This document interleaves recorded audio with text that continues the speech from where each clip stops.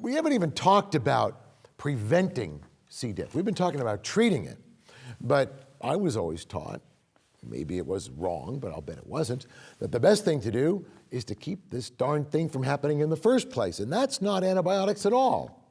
We're talking about barrier precautions, washing your hands, things like that. Why don't we do more of that?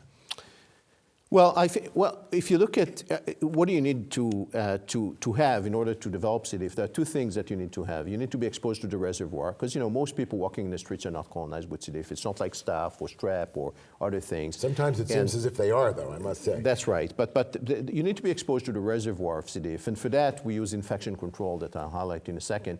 And you need to decrease the load of antibiotic use, and for that we use antibiotic stewardship. So these are the two main. Interventions to decrease C. diff.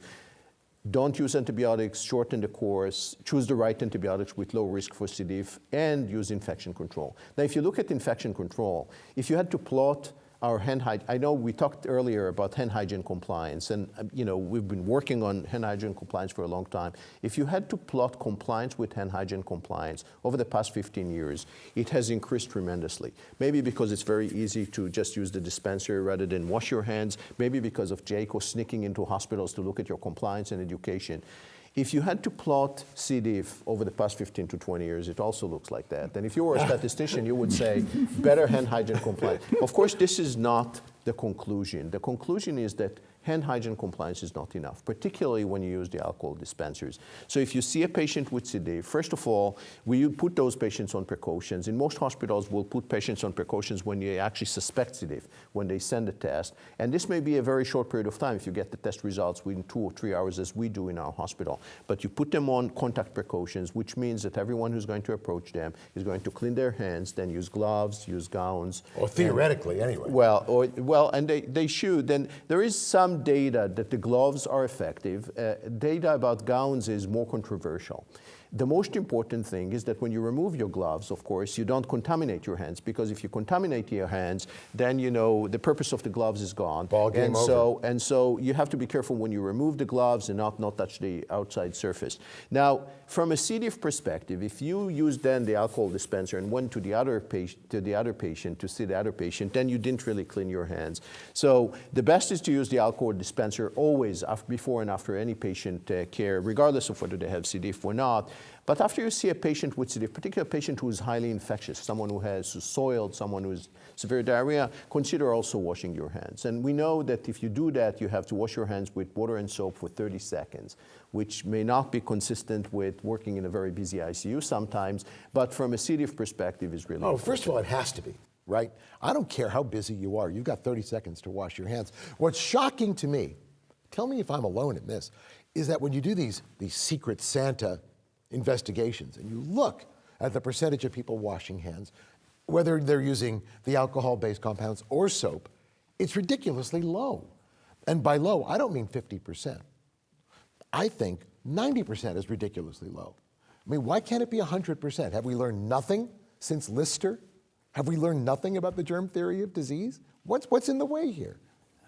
This is human behavior, I think, and there's a multitude of reasons why people aren't compliant with hand hygiene. We've surveyed this in a recent nursing home study, and I think the highest we got was 80%, and the lowest was probably 40 or 50%.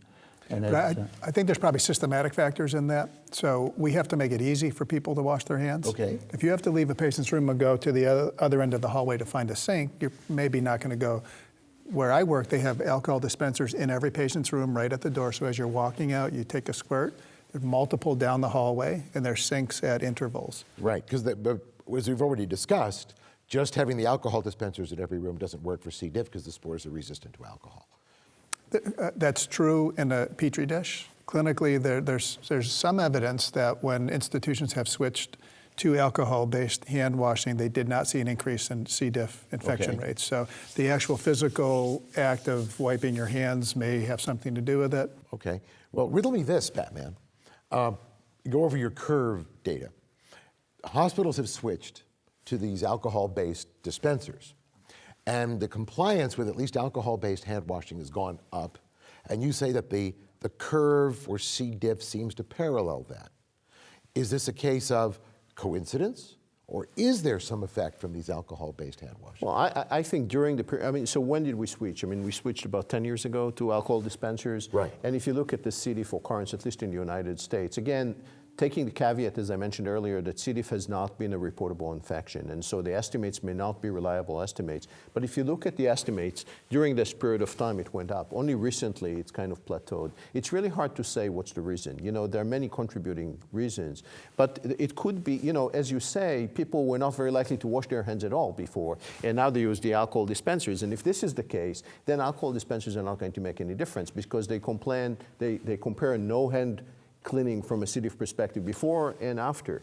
But I think it is really important to use the alcohol dispensers, and I think we have to stress that here, because people who have risk factors for C-Diff and who have C-Diff, these are the same risk factors for having other vicious type of bacteria, resistant bacteria, and those are cleanable with the alcohol dispensers, and we have to use the alcohol dispensers. So use the alcohol dispensers, but not necessarily for the C. diff alone.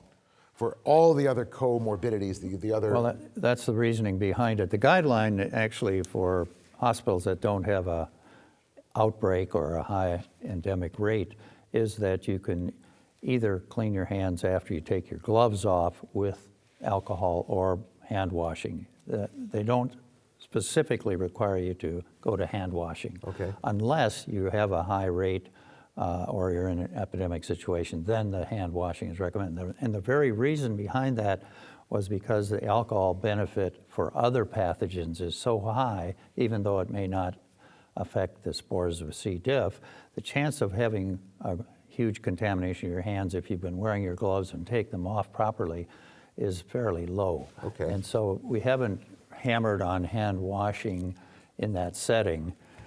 A more difficult question, though, is what to do about all these asymptomatic C. diff carriers that are in the hospital that you don't know about. And we debated that as well, finally coming up with no recommendation as to what to do about them, although there are studies that are starting to show that maybe they are the source of transmission.